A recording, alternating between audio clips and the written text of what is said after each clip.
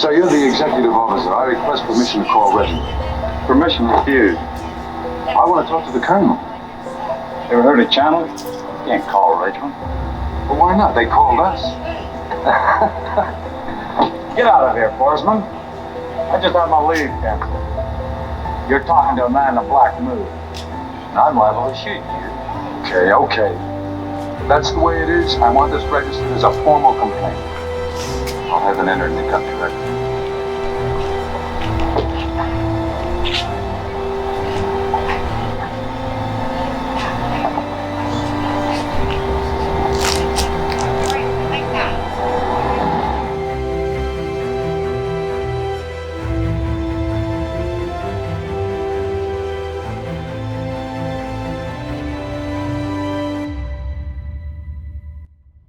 Say if I had a role model when I was growing up, it would probably have been my Uncle George.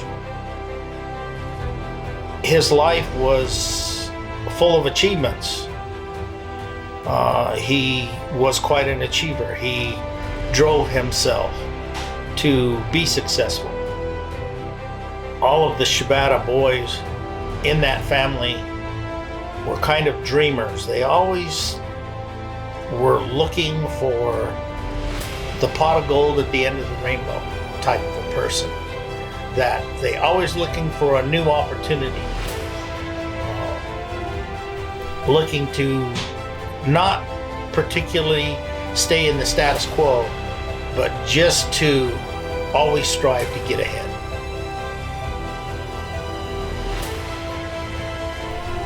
It was him and his father, my grandfather's goal for him to be admitted to West Point Military Academy. And so that's what they worked toward.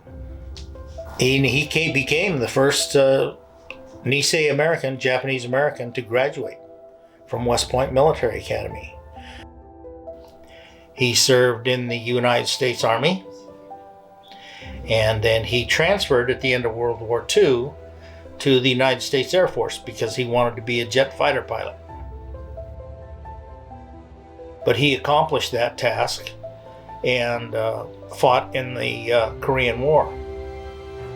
And I just remember the time that he came back when he was getting out of the military. He was still in. He was allowed to fly his F-86 over our small town of 2,000 people, Garland, Utah. And he flew right over the house. And I remember I was standing outside in the yard when he did. And he came over at an altitude of about, 200 feet, which is very low. And anyway, it was quite an entrance. I just thought it was fantastic. I mean, we all, as young boys, we all idolized war heroes. We all idolized the romanticism of the people in the military. We all idolized our football heroes, our athletic heroes, things of that nature. So, as a young boy, that was very influential, when I thought about him. He always had a smile. You would think that when you think of Japanese Americans, you always think of the Japanese race as being kind of aloof, I don't know, private, standoffish. But Uncle George was not that way. He was kind of outgoing. He always had a smile. And I don't know, just something about the way he spoke, his voice. It was very friendly. And so he made a lot of friends, and he was genuinely liked by practically all the people that he met. He also was involved in the movies and appeared in several major motion pictures for the major studios in Hollywood. And He once told me, he says, Dave, he says, it was an easy way to make money while I was going to school. But he said, I would not want to do this all the time as a full-time career. You know, you may become a historical figure. The last man ever to lead a bayonet charge. Yeah, I'll tell my grandchildren about it.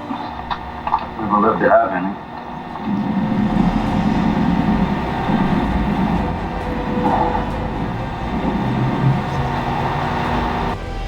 I feel that as a Japanese American, he did this country proud.